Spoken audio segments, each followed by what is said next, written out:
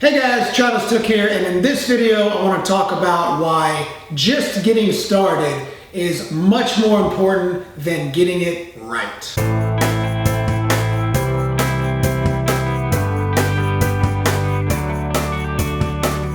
So to kind of preface this video, I want to share a little bit about my story in Brazilian Jiu-Jitsu, and I won't spend a ton of time, I'll just kind of summarize. But I started Jiu-Jitsu back in late 1996, 97. And at that time, there was only one black belt in all of Texas. That was Carlos Machado, and he was in Dallas, and I was in Houston. And the school that I started training at, the instructor didn't really have a rank in Brazilian Jiu-Jitsu. He had just kind of gone to a few seminars, and he taught more traditional martial arts. And I had watched the UFC, and I really wanted to do Jiu-Jitsu, this new thing that I found. It wasn't like a Jiu-Jitsu school, you know, it was just a school that did Jiu-Jitsu like once a week for 1 hour and then another session for half an hour. That was all the training that we did. The rest was traditional martial arts. So it wasn't ideal for Brazilian Jiu-Jitsu or Gracie Jiu-Jitsu, as they called it at the time.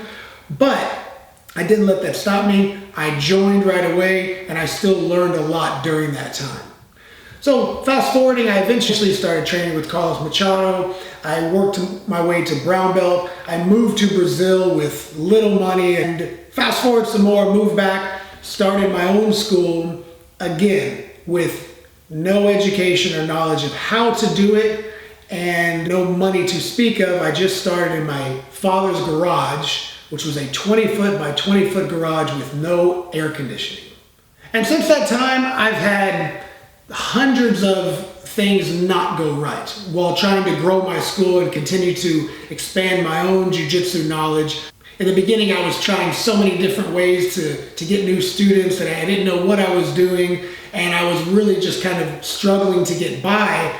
And I could have waited, I suppose, until I gained a little more knowledge. I should have maybe read some more books, or I should have got a mentor earlier. It definitely would have been better to wait until I saved some money, maybe doing a regular job, so that I wasn't trying to run a school out of a hot, sweaty garage with no air conditioner in the middle of the summertime.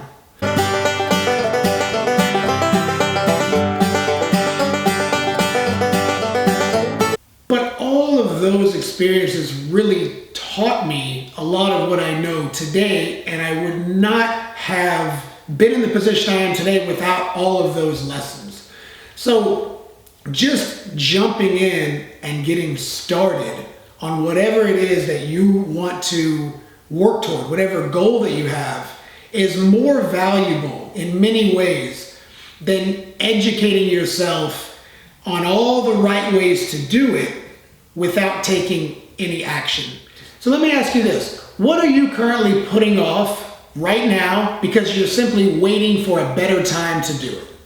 You know, many times I have potential students tell me that they really want to get into jiu-jitsu, they're going to do it, but first they're going to go get into shape so that they're ready for the stress of the class. I know a lot of instructors can sympathize with me on this one. They've heard that, because we know the reality is almost nobody goes and gets in shape and then comes and starts doing jiu-jitsu.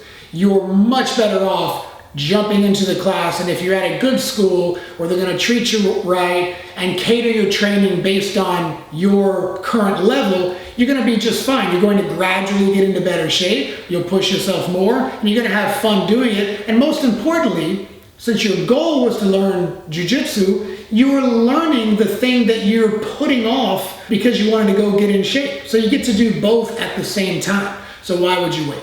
The reality is, this is really just an excuse to put off something that you want to do, but you are too nervous to pull the trigger on and get started. Or here's another one. I'm not ready to do my first competition. I'm going to wait a little bit. I don't feel like I'm quite prepared. I think I'll wait until blue belt. Then I'll be ready. The reason why this one doesn't make sense is because blue belt is going to be a much more difficult level of competition if you've never competed as a white belt. And at white belt, the outcome matters so little. You're out there, you're feeling what it's like to compete. You're getting this new experience. You may do well, you may get smashed. nobody cares. It is simply giving you the experience that will help you grow and be more prepared for blue belt. And you know, the truth is everyone does this. We all have goals that we're too afraid to take the first steps towards. So we find reasons or excuses to not follow through and pursue them.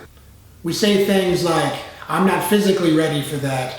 I'm not educated enough. I'm not smart enough. I'm going to wait. I need to learn a little bit more. I need to practice more. I need to watch more instructionals. The reality is you cannot learn everything that you need to know about something from others. They can only serve as a guide.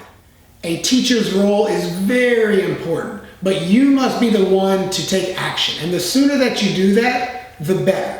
You can watch every tutorial on how to make a great YouTube video, but eventually you just gotta post something, even if it's not that great.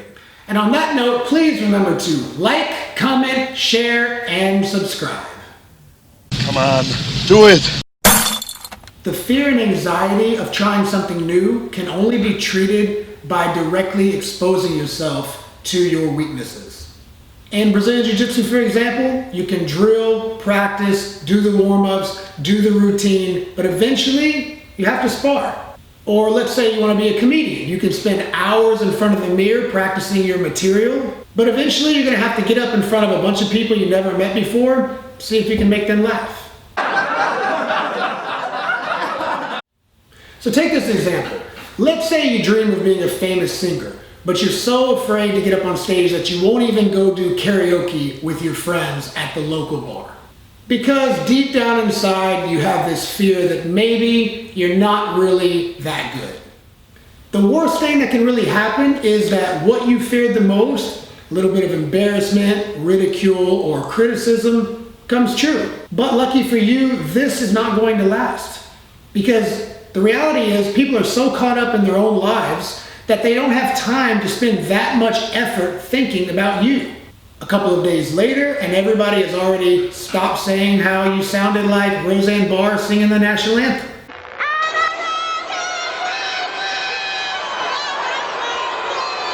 And the good thing is that you will actually learn how to handle embarrassment and failure a little bit better because now you've gone through it. And the more you do this, the more you can learn to embrace and accept it as a very important and healthy part of learning and growth. This gives you the freedom to correct mistakes and learn at a much faster rate. So that's the worst case scenario, but we haven't even talked about the best case scenario. The best case scenario is that you're actually really good at the thing you were so afraid to try.